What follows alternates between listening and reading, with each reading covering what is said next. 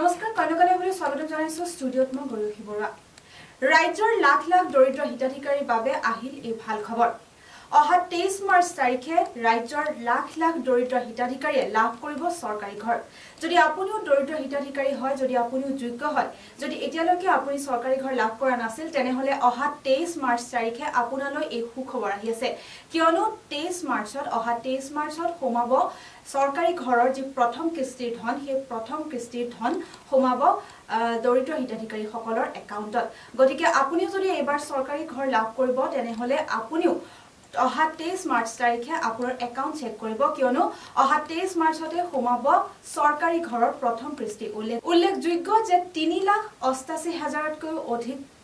দৰিদ্ৰ হিতাধিকাৰীয়ে এবাৰ লাভ কৰিব চৰকাৰী ঘৰ গতিকে এই চৰকাৰী ঘৰৰ সন্দৰ্ভত আগবঢ়াইছো এই বিশেষ প্ৰতিবেদন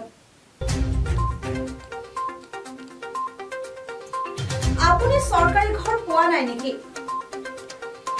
আপুনি যদি দৰিদ্ৰ হিতাধিকাৰী হয় তেনেহলে এতিয়ালৈকে আপুনি চৰকাৰী ঘৰৰ পৰা বঞ্চিত আছে নেকি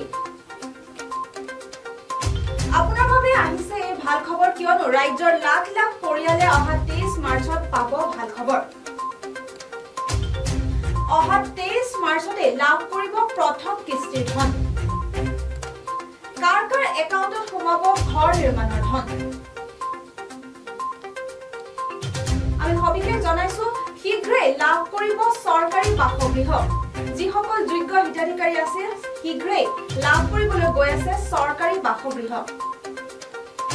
হাতত মাত্ৰ 11 দিন সময় বাকি তাৰ পাছতে আপুনি লাভ কৰিবলৈ গৈ আছে চৰকাৰী বাসগৃহৰ বাবে প্ৰথম কিস্তি ধন অহা 23 মাৰ্চত ভাল খবৰ ৰাজ্যৰ লাখ লাখ পৰিয়ালৰ বাবে 3,88,358 গৰাকী হিতাধিকাৰীয়ে লাভ কৰিবলৈ গৈ আছে প্ৰথম কিস্তি ধন ইয়াৰ লগে লগে লাভ কৰিব চৰকাৰী ঘৰ 2024-25 বিত্তীয় বৰ্ষৰ বাবে আবণ্টন দিয়া হৈছে লাখ লাখ ঘৰ অতিৰিক্ত 5,59,051টা চৰকাৰী ঘৰ আবণ্টন দিয়া হৈছে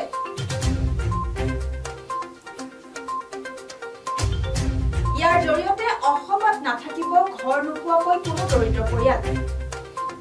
চৰকাৰৰ প্ৰতিশ্ৰুতি মতে ইয়াৰ পাছতে অসমত নাথাকিব ঘৰ নোপোৱাকৈ কোনো দৰিদ্ৰ পৰিয়াল